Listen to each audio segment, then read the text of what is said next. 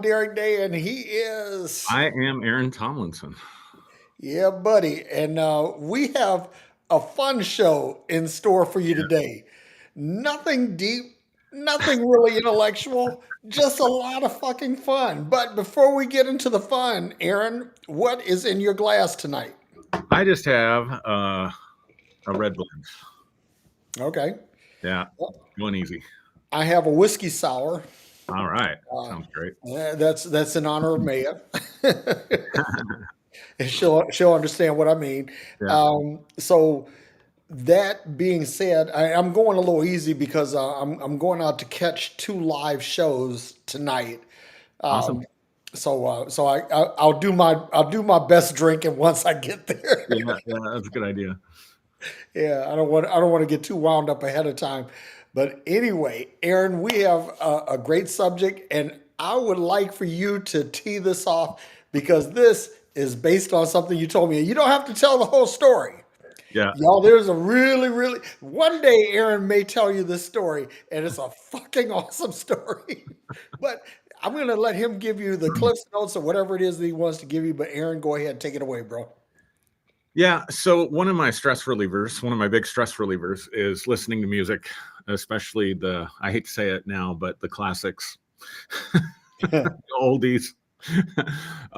Studies show that most people develop their music tastes in middle school, high school, and it pretty much sticks with them the rest of their lives.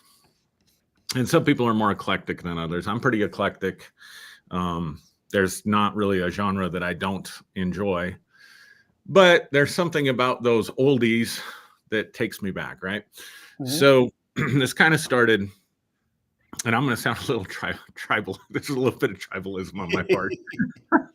Um, so we're having a conversation at work yesterday, or not yesterday, day before, and the two of my coworkers are talking about Pink Floyd, Okay. and they mentioned the lead singer. I don't even know who that is because I never got into Pink Floyd at all. And they were talking about I guess probably the lead singer, and I said, "Who is that?" And their jaws just dropped because they're both millennials, right? Yep. And they knew I came up in the '80s, so they're like, "Well, Pink Floyd, duh." And I was like, "Oh, I never got into those British bands." With a couple of exceptions. The Police, John Lennon, or not John Lennon, Elton John, a little bit, Yep. Queen, a little bit. That's about it. And so anyway, I was thinking to myself, the only Pink Floyd song I know, and this is pathetic, right? The only Pink Floyd song I know is The Another wall. Brick in the Wall. Yeah, yeah, yeah, Yep. yeah. The only one I know. And never listened to The Wall, never listened to any of their other stuff. And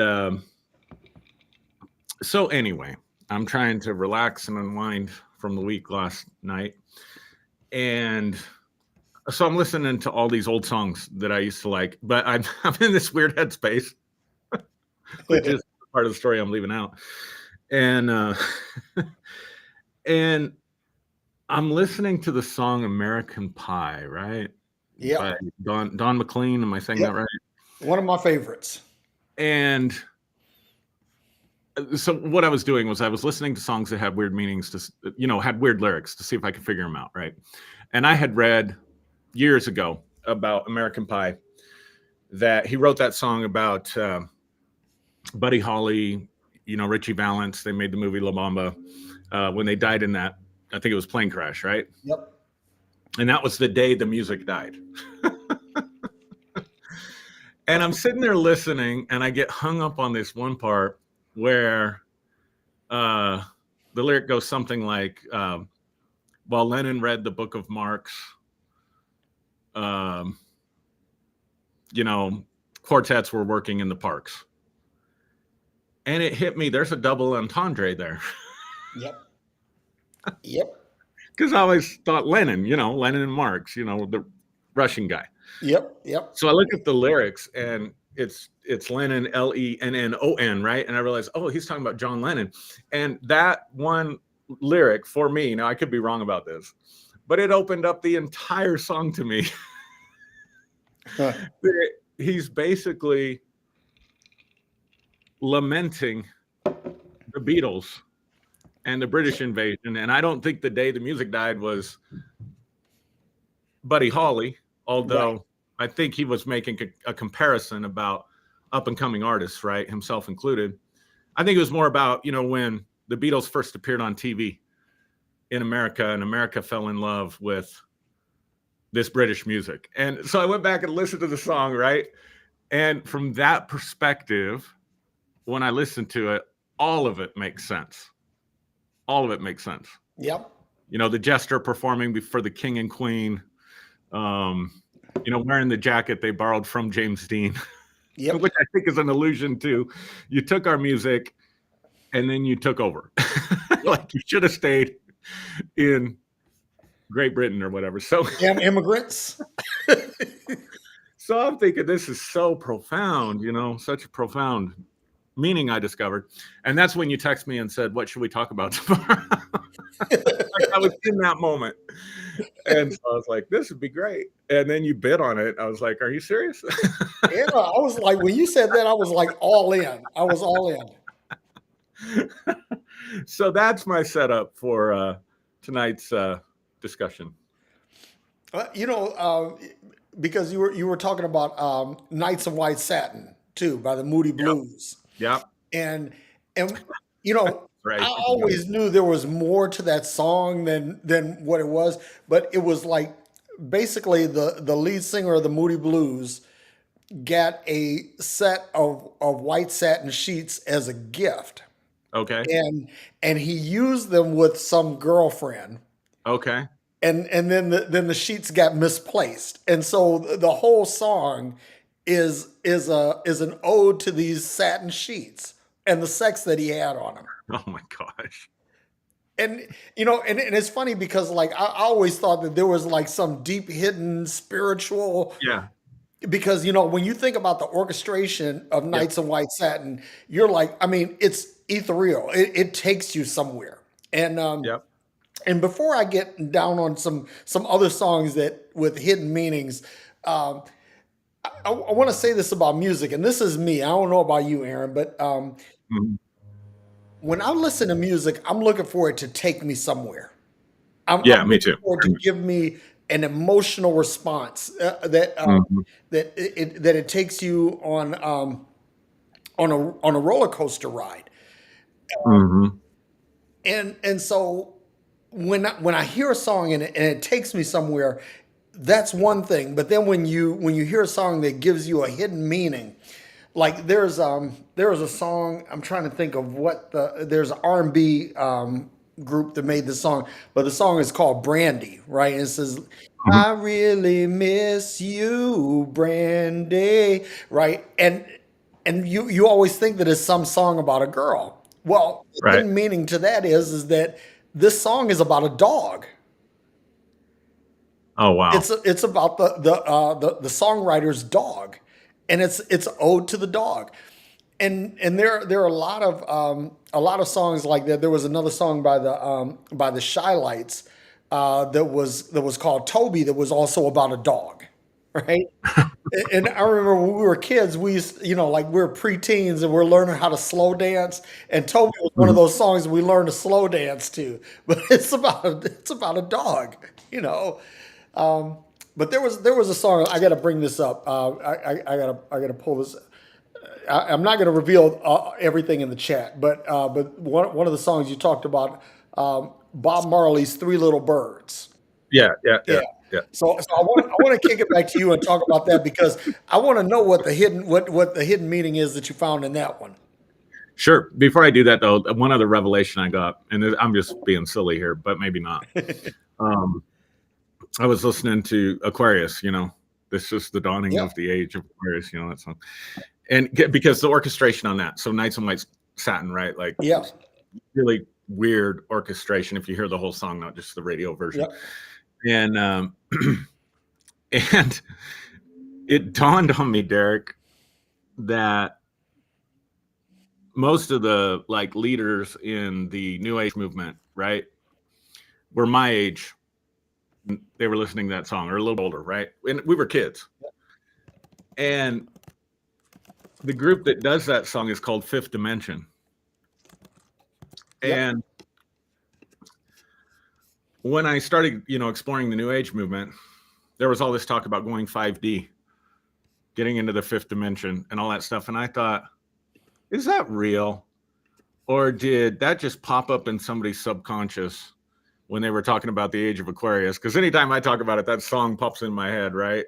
Mm-hmm. And so did they just connect the age of Aquarius with going fifth dimension because of some subliminal thing and call it a revelation,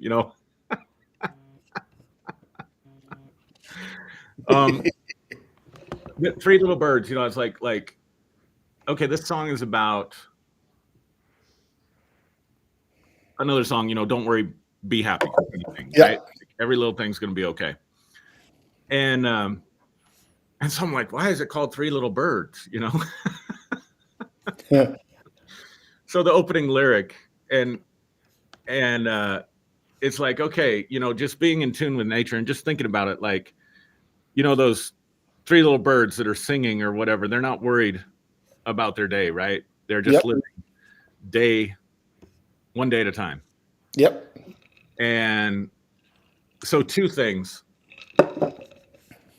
How much shit do we worry about that never happens?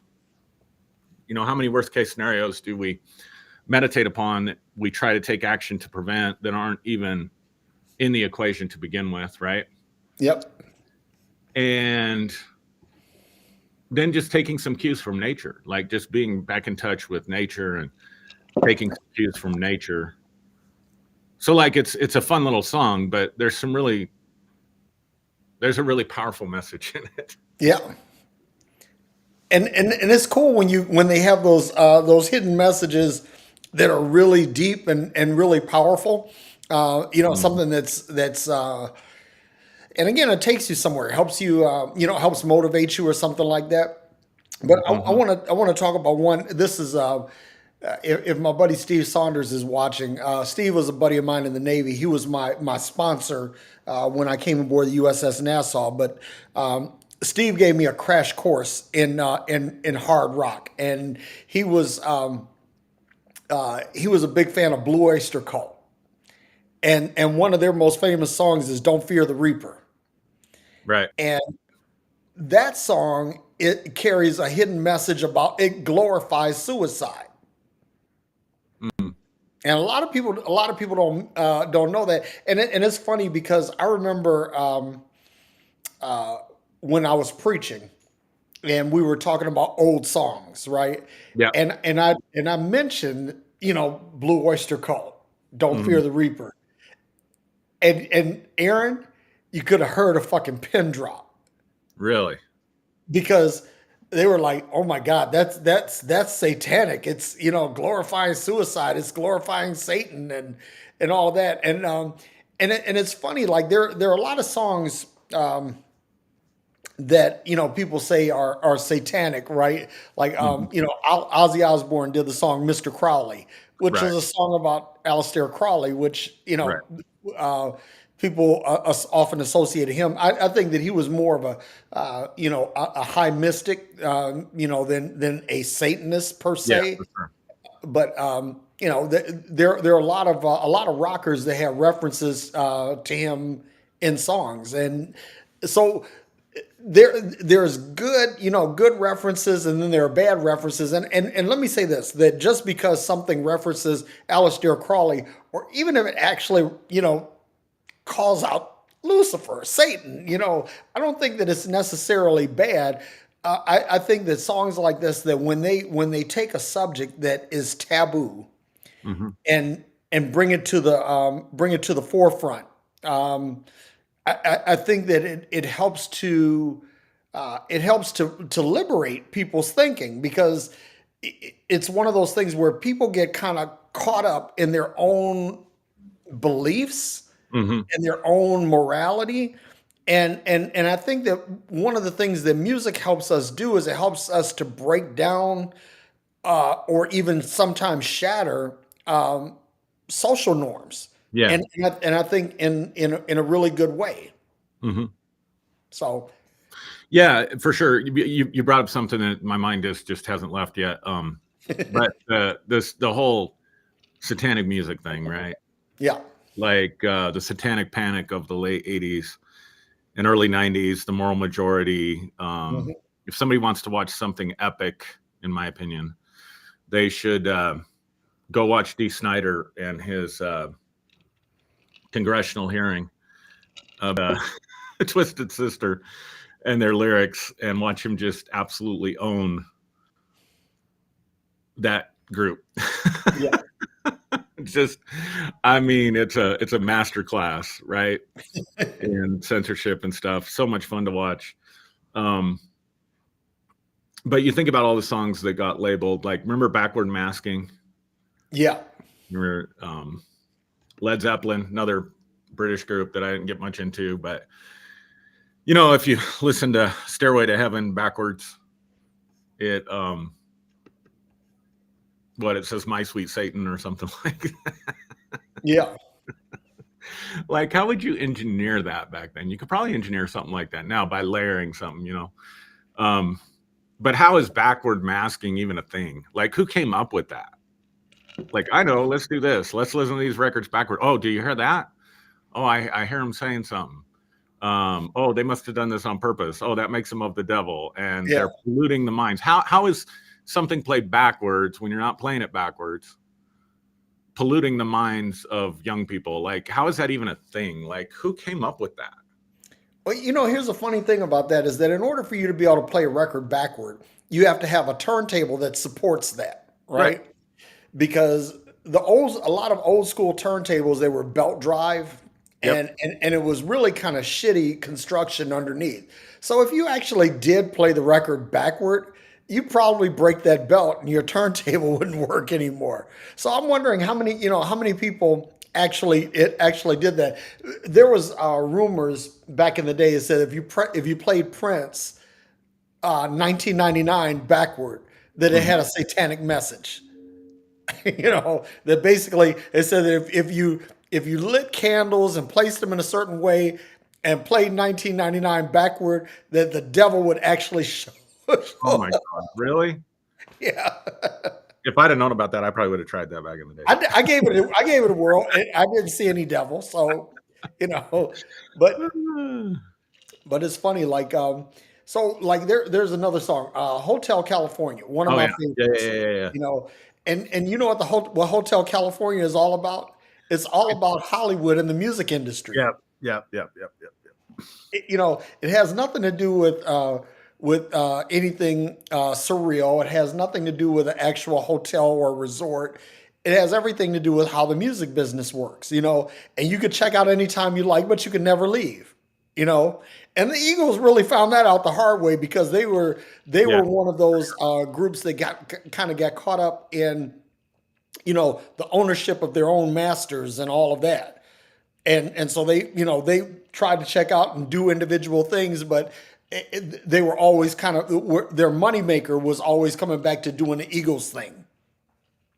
So yeah, yeah. Another one that I think of that was about the music industry, I think, is "Goodbye Yellow Brick Road" by Elton John. Right? yeah, I mean, that's got some. Elton John is a character to begin with, um, but man, does he sing some songs where you have to look up the lyrics. yeah. Oh man, it's like Philadelphia Freedom is one like that for me. Yeah, yeah. I mean, that's another thing we could get onto, like uh, Clarence or Creedence Clearwater Revival, right? Like, what is that? Bad Moon Rising. Yeah, And they even started doing this in their concerts because people thought they were saying there's a bathroom on the right. yeah, yeah.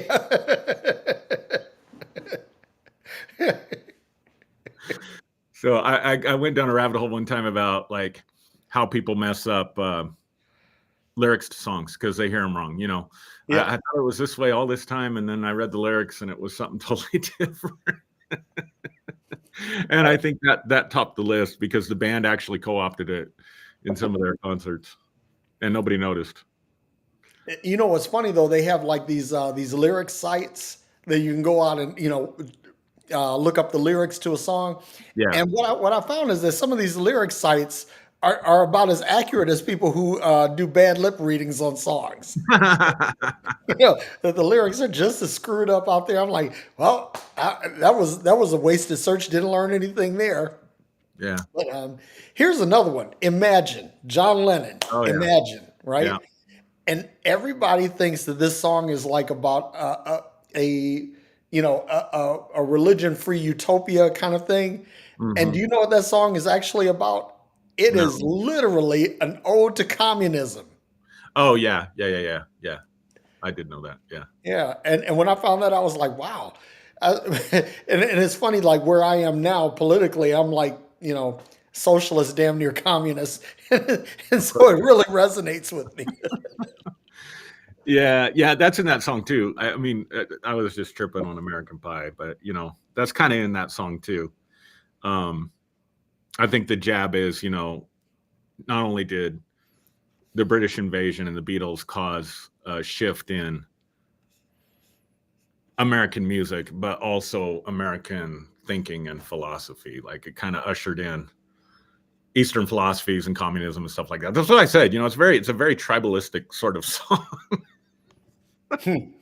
Us against them, kind of. If you listen to it that way, I could be totally wrong, um, but it sure makes sense from that perspective to me. But you brought up something earlier. You brought up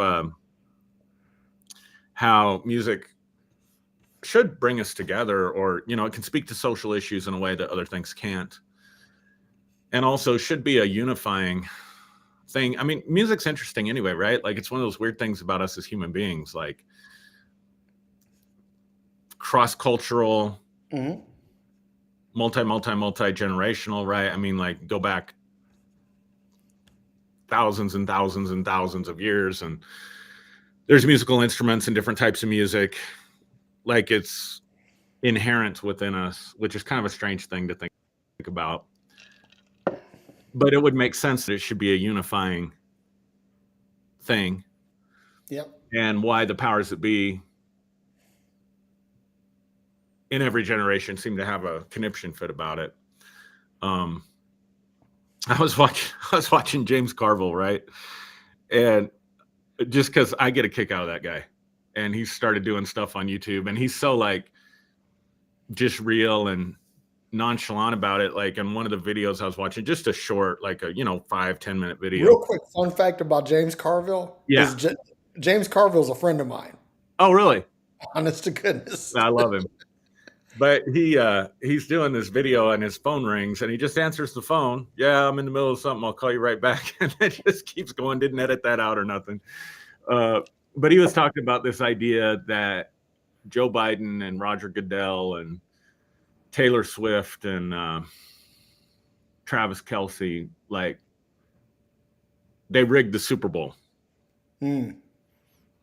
And like for some reason to the right, Taylor Swift has become, or at least was a month ago or a few weeks ago, even public enemy number one, right? Like occupying way too much rent-free space in these people's heads. But he said something, Derrick, that when he was talking about this, that changed my life. He said, well, first off, he says, I think the reason that the right is all up in arms about this is because I think they're all sexually frustrated. That part, yeah. And he said, a lot of this is being put out there by incels. And I asked some younger people, what's an incel? And they said it's somebody who's like Intentionally celibate. Yeah. That's it. Yep. Like they can't get laid. Yep.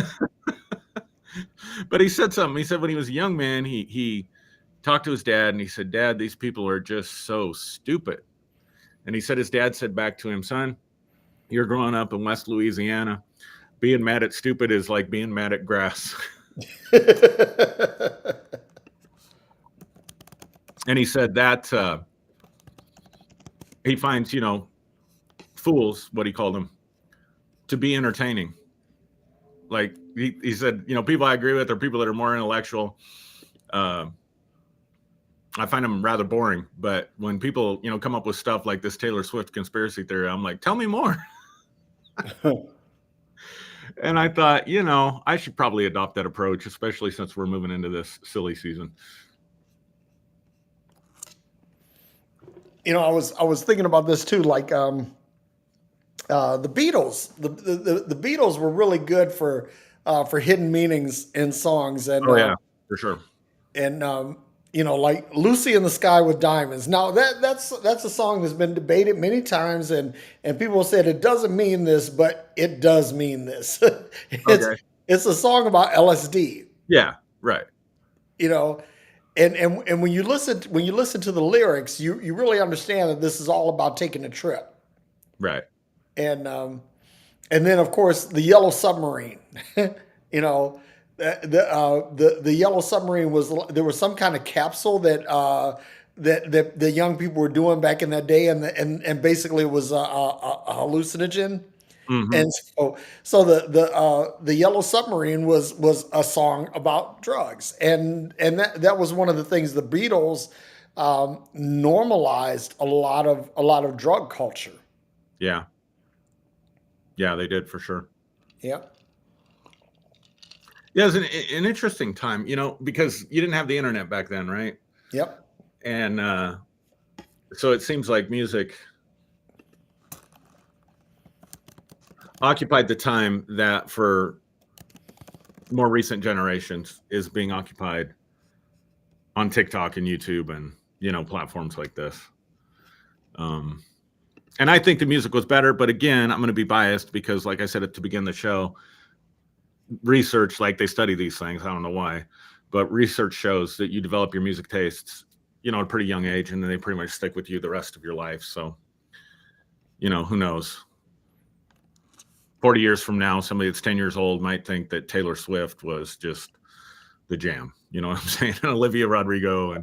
But that's another thing. Like, if you think about it, how many voices, and this may be just generational, but how many distinct voices were there in our time period, 60s, 70s, 80s? They're like, if you hear them, like Sting, Hmm. like you just know immediately. Or Bob Dylan, or obviously I grew up in the rural white America, so I know there are a lot of amazing Black artists out there, and I love them, but I wasn't really introduced to them much during that time period, except for like Prince, and I didn't really like Michael Jackson that much. Um, so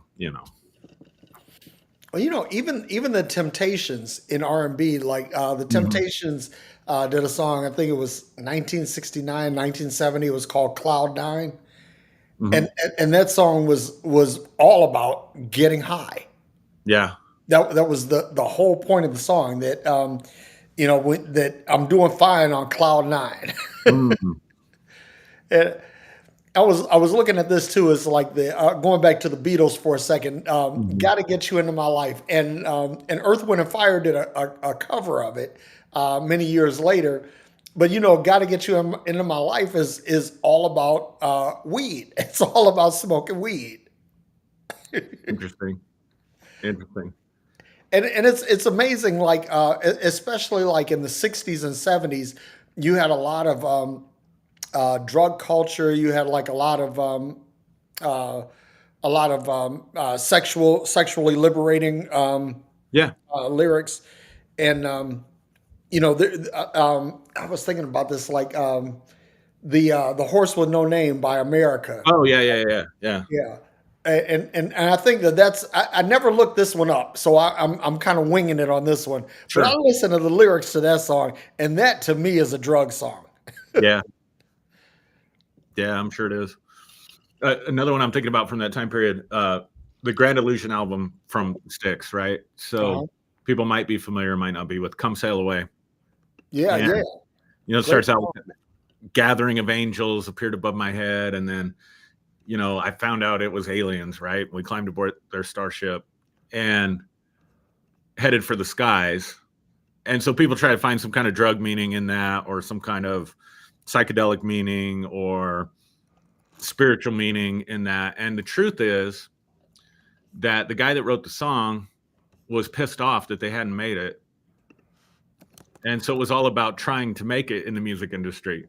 And so Heading for the Skies was like, we're down here and we want to be up here, but we're just sailing away because forget about it. We're never going to make it. So it was written out of frustration. And then what's really funny is that the other singer in the band wrote another popular song off that album called Fooling Yourself. Uh-huh. And the subtitle is called The Angry Young Man. He's writing that about the lead singer that wrote Come Sail Away.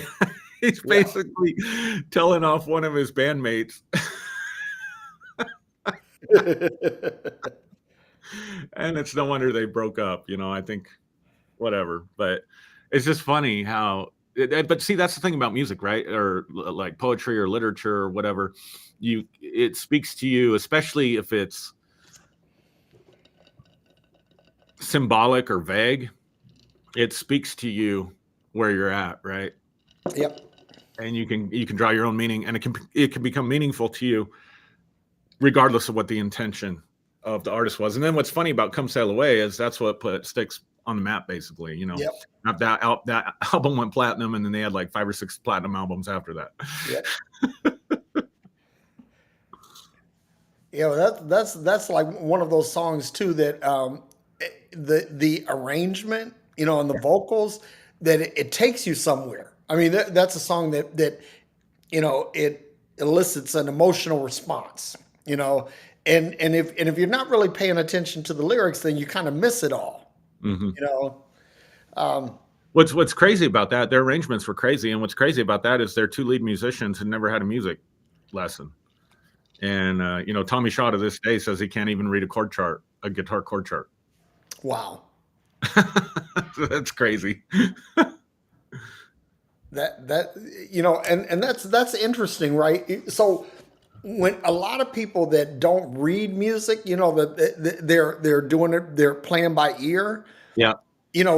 I would say, I'm going to go out on a limb here and say that's a spiritual experience. Yeah, I think so too. It has to be, because like when you read music, there's a mechanics to it, right? But when you're playing by ear, it's all about, it's in motion. It's something in your spirit, and I think that people like that. That there's something spiritual, and there's a story about one of the great blues musicians, Robert Johnson. Robert Johnson was supposed to be this uber talented guitarist, and it was said that Robert Johnson made a deal with the devil to get this, because he said this is a guy that never picked up a guitar until he was in his 20s. Mm-hmm. And suddenly he's playing this guitar, and everything that he plays is legendary. Music teachers or music theoreticians study Robert Johnson. They study his fingering, his chord progressions, his fretting. Everything about it is like technically flawless. But this is a guy that couldn't read. Matter of fact, this is a guy that couldn't read, much less read music. Wow.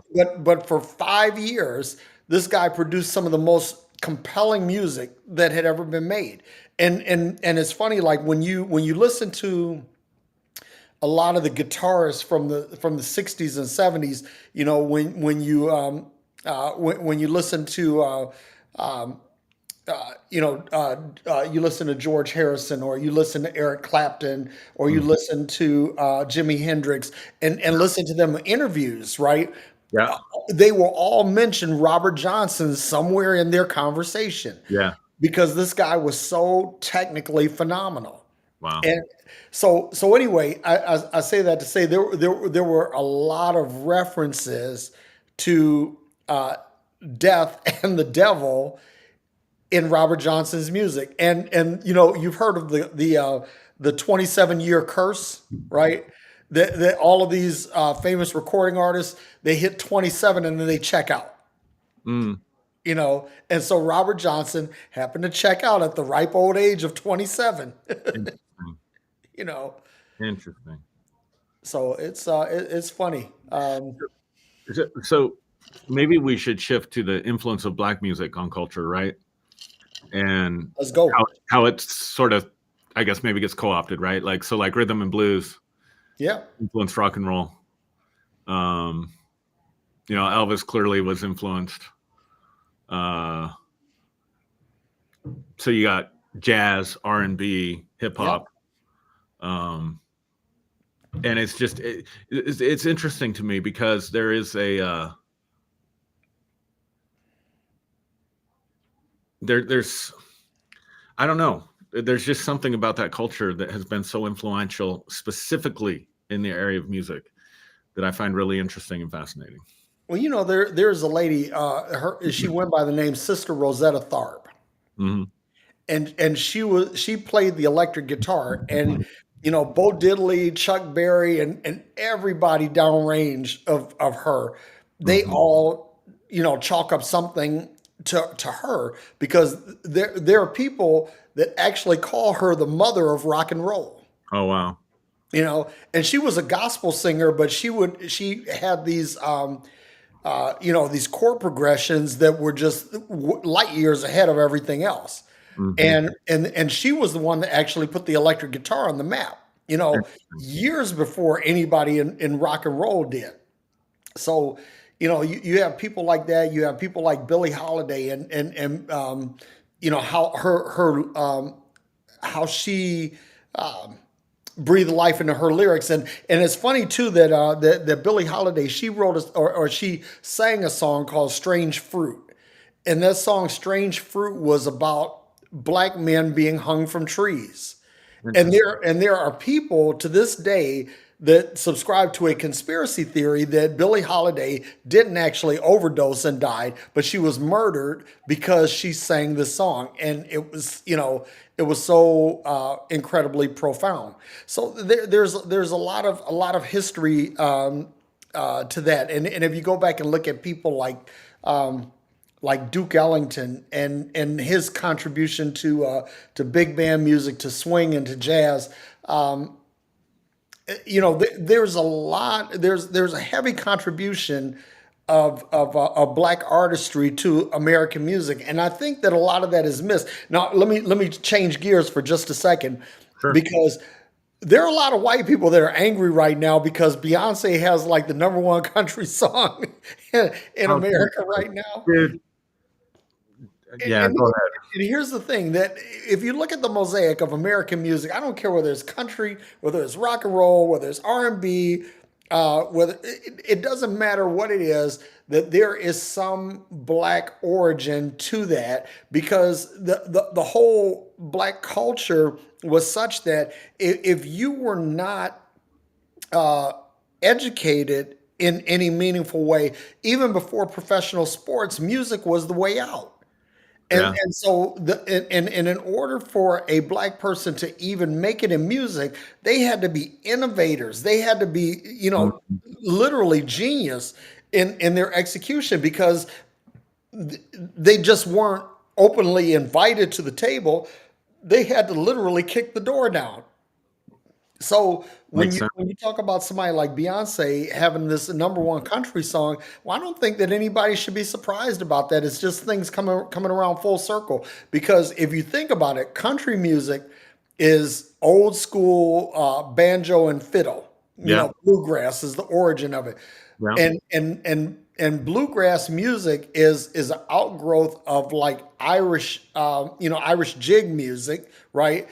That was performed by black artists at the behest of slave masters, right? So the whole origin of country music comes from black people, comes from slaves, I did not know right? that.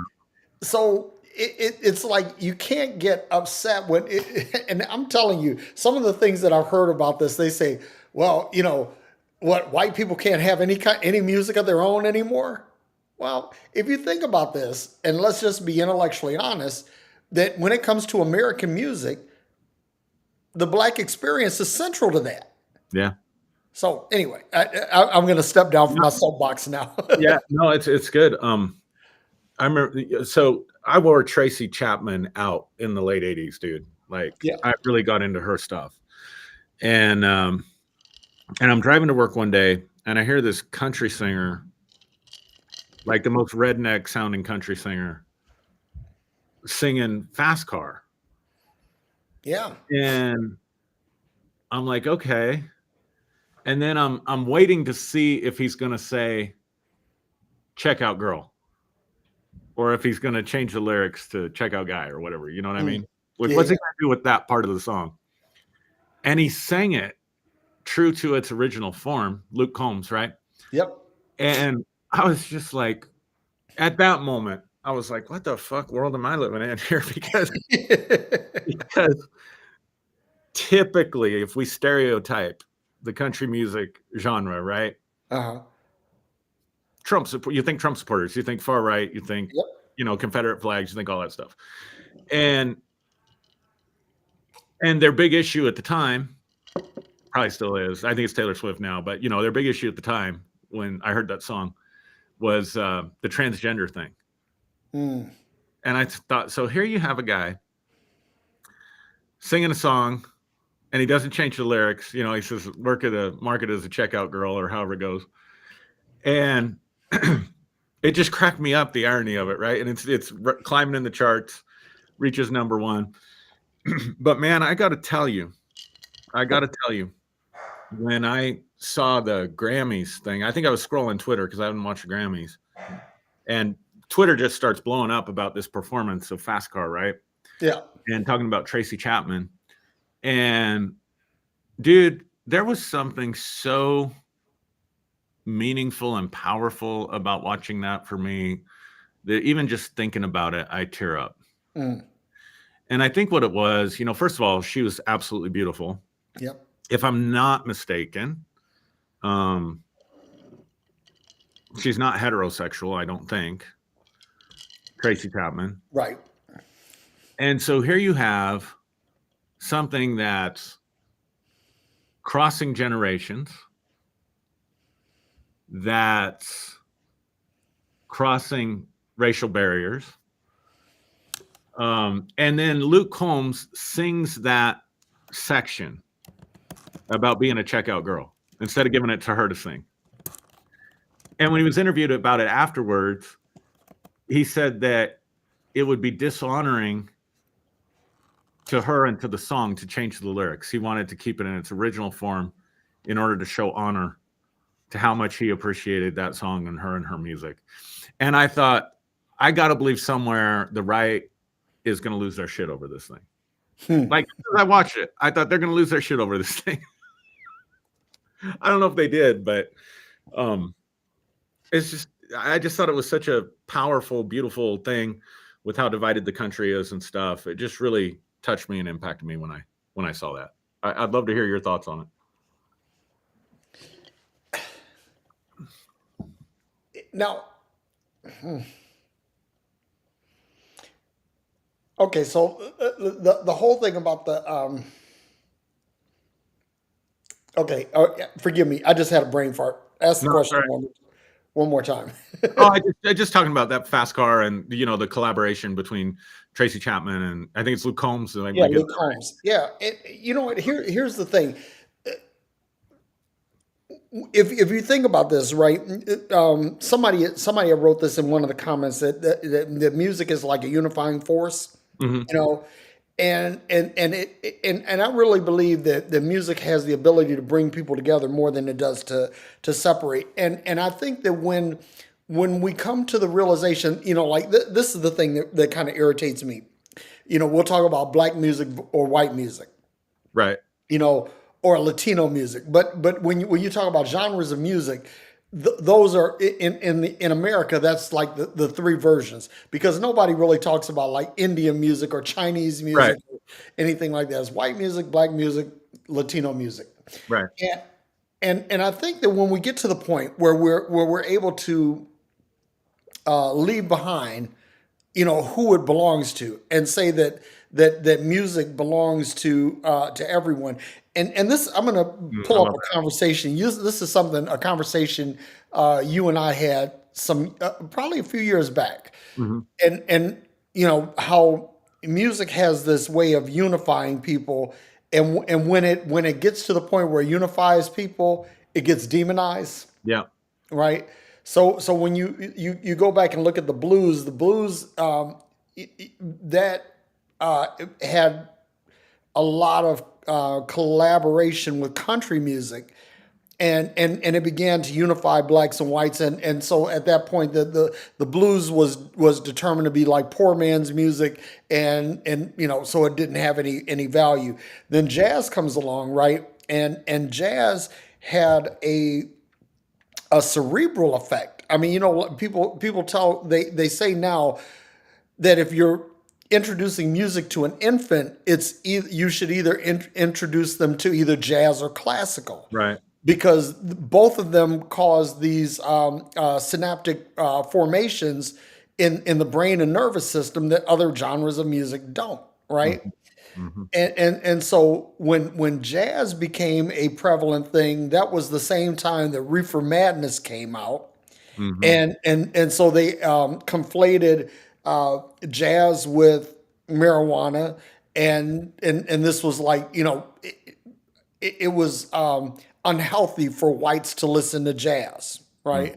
And that's when people and I love Dave Brubeck, right? Dave Brubeck comes out, and he comes out with a jazz quartet, and the interesting thing about Brubeck is that people were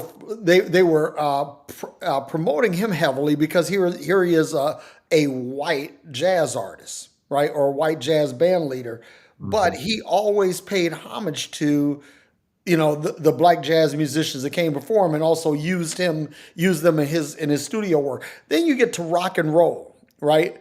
Rock and roll was a big unifying force. And so what did they do?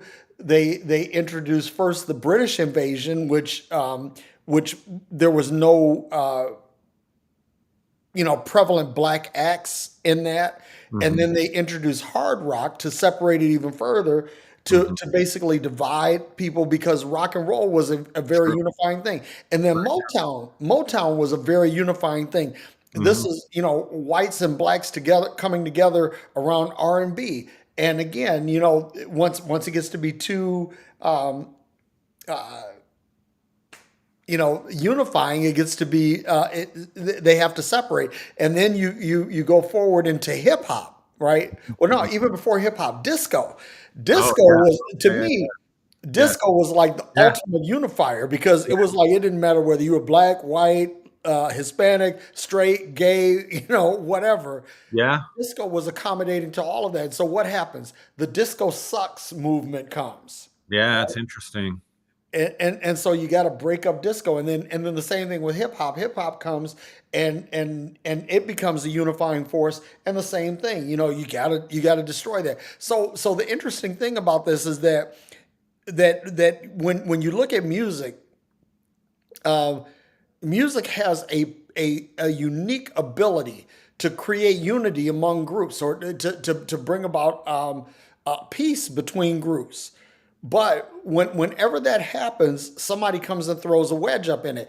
And I'm saying all this to say that if we could just get past this whole point of whose music it is, and Hmm. and and we have this Luke Combs, Tracy Chapman moment, or Right. we have a string of these where, Right. people are getting together and saying, hey, what if we reimagine the song, that was done by Tracy Chapman as a nouveau folk song, and Hmm. reimagine it as a country song, Hmm. or like with Earth, Wind, and Fire, like with "Got to Get You Into My Life." Yeah. They they basically reimagined a Beatles song, and the Beatles didn't have any issue with that, or the surviving Beatles, and I think that at the time that they made that song, all the Beatles were still around. Yeah. You know, so I think that one of the things that needs to happen, and so now I'm getting on my soapbox here for a minute, Yeah. and I'm just let me interject real quick. I'm thinking about Run DMC and Aerosmith oh my God, that on that that right video. there, that was a huge turning point in hip hop, Yeah. huge, because you're merging hip hop and hard rock, and Mhm. and and and the unity that came forth from that, again. and it was at that time when you started seeing these East Coast versus West Coast rivalries Right. to try to drive a wedge in the hip hop culture. Right. Right. You know, Yeah.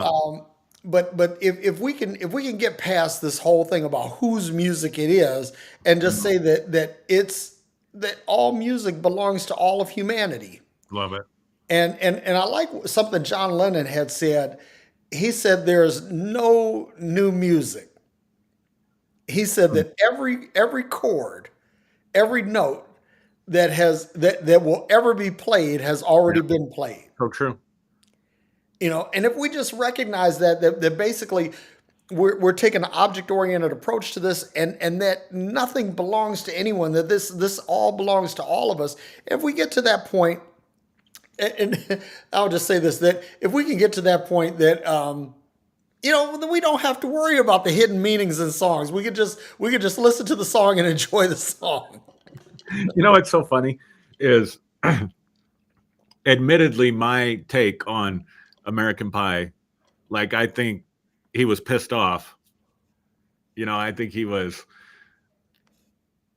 insinuating, if I'm correct, that the Beatles were ruining America and American culture and American life. Uh-huh.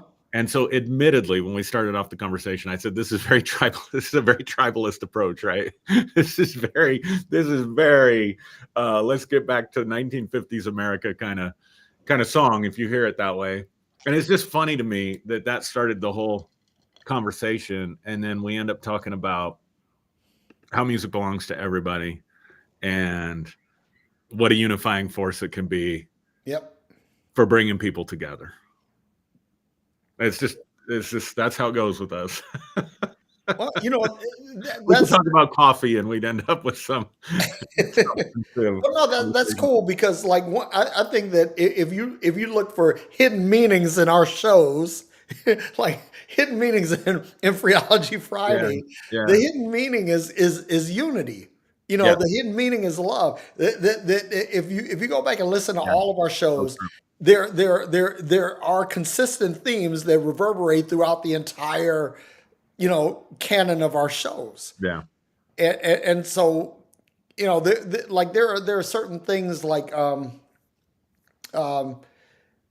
like when you go back and look through different song catalogs, like Gladys Knight and the Pips. Let's use Gladys Knight for an example. Hmm. uh, Gladys Knight was always singing songs that were all about pleasing her man. Mm. Every song, if you go back and look through the entire Gladys Knight lexicon, the So, entire Gladys so Knight she's the anti Taylor Swift. what's that? Oh, the She's anti the Taylor anti Swift. Taylor Swift. But, Sorry. but that's the thing. You know, I'm trying to think of who else. There's an old R&B group from Detroit, the Dramatics, and everything in the Dramatics is all about things in love that are hidden in the dark and brought to the light. Mm-hmm. And everything in their lexicon is something that begins in the dark and emerges into the light. So everybody has these, they have their niche. They have their niche.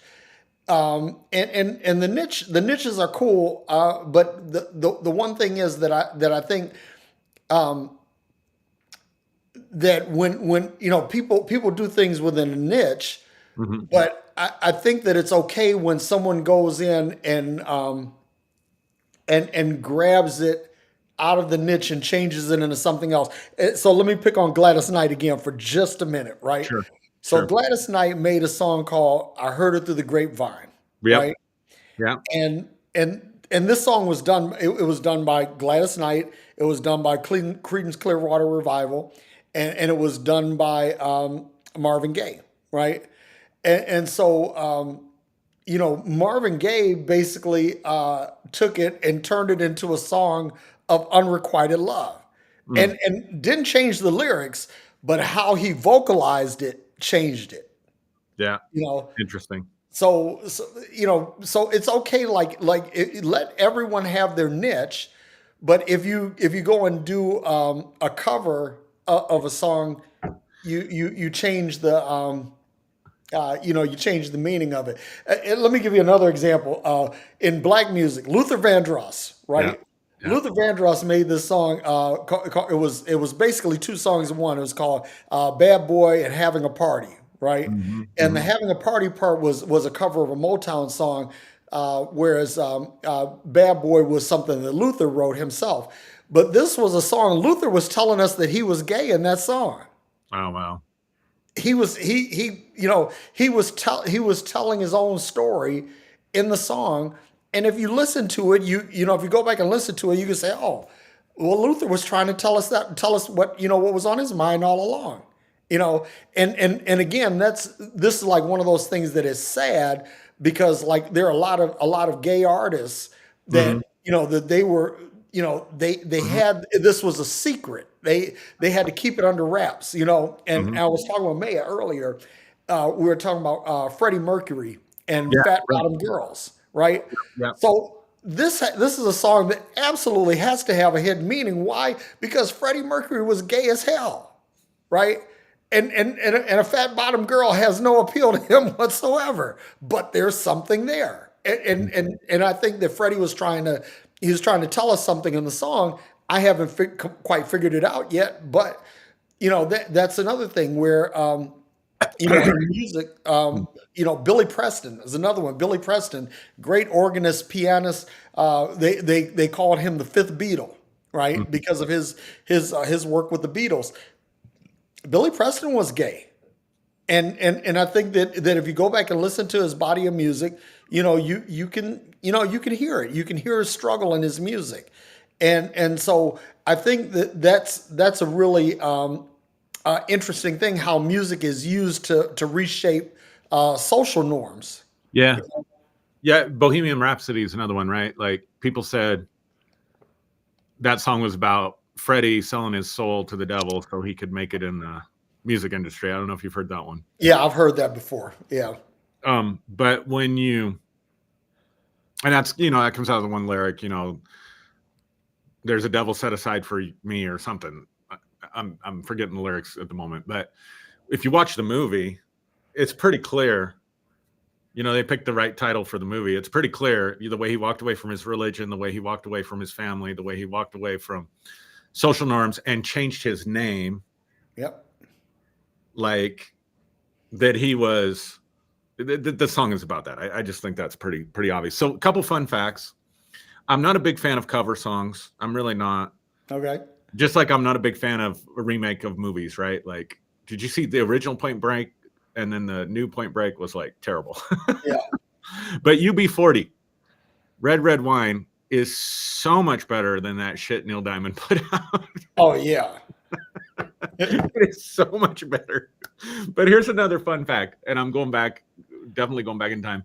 But did you ever see the movie Lost Boys? Yeah. Yeah. The saxophone player there that's all sweaty and sexy, Uh-huh. and he's singing that song "I Still Believe." Do you know who wrote that song? Do you know that's actually a cover song? Do you know what it's a cover of? No, I didn't. Russ Taff and the Imperials. No shit. No shit. It's basically saying, even though this stuff happened to me, I still believe in God. And then they take this sweaty saxophone player and stick it in this vampire movie. And more people know that song from that scene because that's like one of the most famous scenes in the whole movie, right? Yeah. Yeah. And it was Russ fucking Taff. So I don't know. Like, I don't know. I just find that funny. Just fun fact. My head's full of useless information tonight. Well, here I just thought of another song with a hidden meaning. "Every Breath You Take" by the Police. Oh yeah, yeah. You know, and that's a song I about was thinking that stalking. one earlier. Yeah, absolutely, 100%. But of course, Satanic Panic. It was about the devil.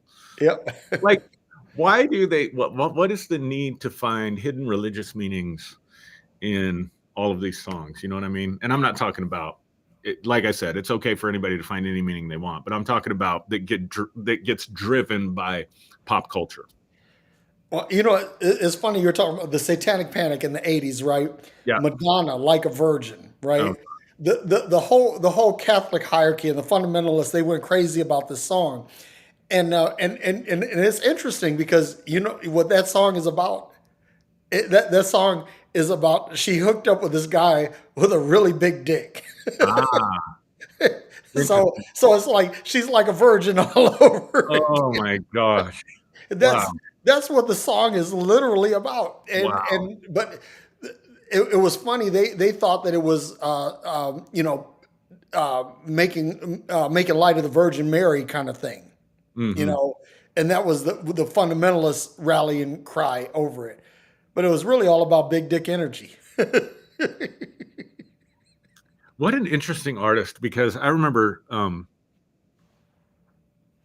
well, okay, I'm in 8th grade, right? And the Uh-huh. Material Girl video, that was my first exposure to Madonna, was MTV and Material Girl. Yep. And dude, I fell in love. Like I was just like, "Oh my god, where has this woman been all my life?" I know. But they came out with the documentary, a few years later, where they follow her backstage and stuff like that, and Uh-huh. everybody, and she does well. Obviously, just the name. There's a lot of religious overtones there and stuff, and Yeah, everybody yeah, crying blasphemy and stuff. And I was shocked to death to watch her praying to Jesus with her band before a performance yeah, in that thing. Um, so it's kind of cool, like the sexual liberation, yep, um, breaking that millennial 2,000-year-old whatever bullshit that the Catholic Church forced on us, which really didn't come from the Catholic Church. It came more from Platonism. But anyway, that's a discussion for another day. That would be a good one, though. Western sexual repression and how music has sought to liberate us as a culture from that. yep. Well, you know, when you Prince is another guy. Prince did so much to to break a lot of Love sexual it. frustration and repression. And like the song "Little Red Corvette." Oh, come on now. Now we're talking about deeper meanings. Come on. Yeah, "Little Red Corvette" Oh, I'm gonna was get there. literally a song about oral sex. That was what it was about. You know, it's the Little Red Corvette. You know? Yeah, yeah. And I'll let you guys use your imagination on that. But Oh, yeah. If you realize he's not talking about a car and go back and listen to the song, it's yeah, very obvious. which it's interesting thing about that is that when Prince died, I thought this was so cool. General Motors took out a full page ad in the USA Today and the New York Times and the Wall Street Journal, and it was like the rear end of a '63 split window Corvette, right? Oh my gosh. And all it said, the caption was, "Baby, you were much too fast," which is a lyric from that Right. song. Yeah, right, right. And I thought that was so cool, because that song was iconic, and people think that it has something to do with a car. It really doesn't. Yeah. And there was another song that Prince did. It was called "Lady Cab Driver," and that song was all about the apocalypse. Mm, And there was another song that he made called "Ronnie Talked to Russia," which was all about the Cold War and interesting, Iran Contra. And interesting. that song was heavy. I mean, if you go back and listen to it, it's like it's heavy. But I mean, here's the thing that I want to say this before we get to time to wrap it up Yeah. is that there are a lot of songs that have intentionally hidden meanings wrapped in their lyrics. And then there are some songs that have innuendo or something implied, or Right, something that is misconstrued into being something else. right. But I'm glad that you took that moment to like kind of tie in the black influence on music in America, because I think that a lot of things had to be hidden because of how society was divided, how it was Mhm, racially segregated. mhm. And so hidden meanings were placed there to help unify people, through it was like a code word, like passing notes that only the hip crowd would understand, kind of thing. Mhm. Right.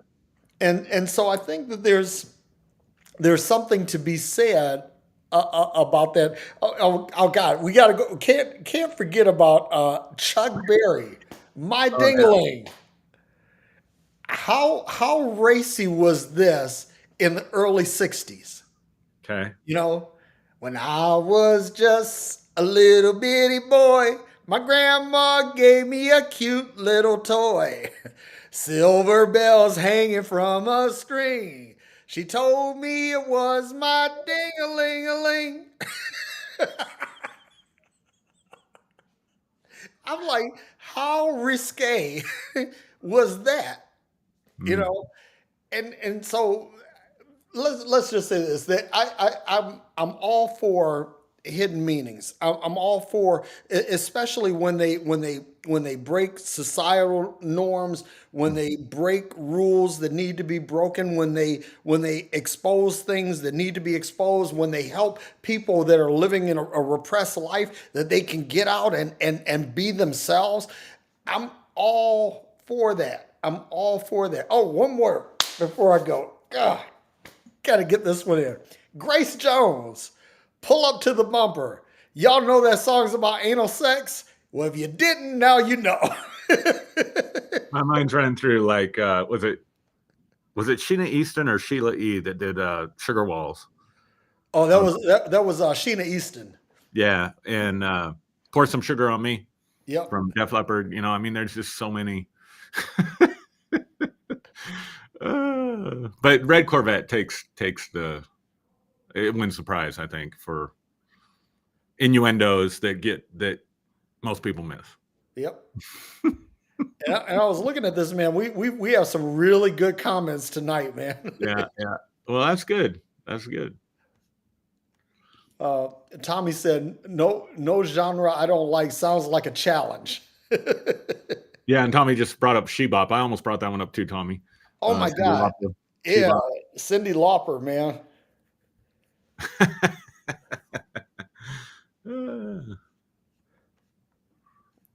Blessed be he says Three Little Birds is about the Trinity. Well, I don't know. Do Rastafarians believe in the Trinity? I don't think so. No. I find that pretty doubtful. And Tommy also says a lot of black metal talks about Satan, but a lot of times it's just basically a symbol of secular humanism. Yeah, that's it. Well, and I think groups like Slayer and well, Slayer's the big one that comes to mind. Maybe to some degree Marilyn Manson. Like they just co-opted that satanic panic thing to make money, man. Yep.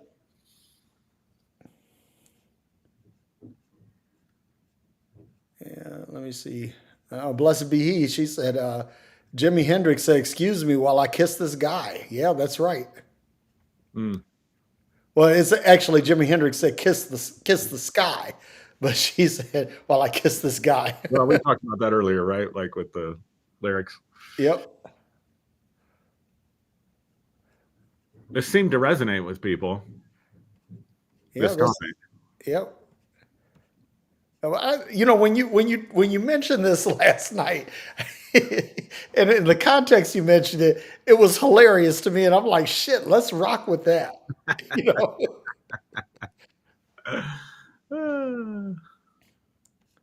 I was not taking magic mushrooms, just for the record. Yeah, Joe Machuda said that he believes that Hotel California was written about the evangelical church. I'm gonna have to go back and listen to that song now. Yeah. Mirrors on the ceiling. Well, I don't know. I haven't been to a church with mirrors on the ceiling, so I don't know about that, Joe. But I like where you're going with that. And so my sweetie, she says, music is not so much lyrics or a song as it is a mood. Hidden meanings only intensify the depth of the mood being brought out. Yeah.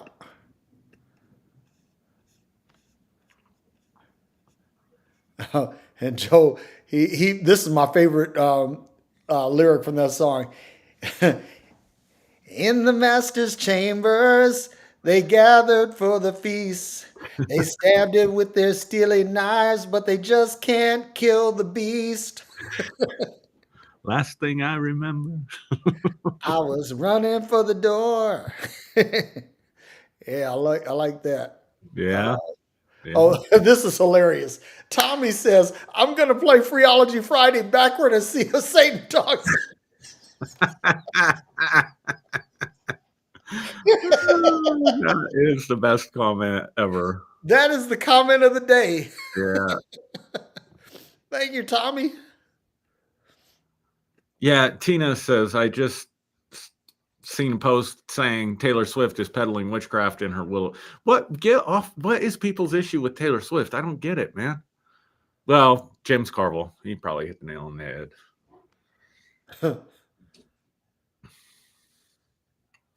And so somebody here says, are you guys just atheist preachers talking about reaching for greatness? Let's blessed be he, of course. Of course. I'm not even sure what that means. Yeah, not sure. But yeah, that's let's see. Tommy talked about Shebop. You already referenced that. And talking about black country artists, man, can't leave without talking about Charlie Pride. Oh, wait. Okay, hold that thought. I just saw a comment from Blessed Be He. Is there a hidden message in the song? Do you like pina colada?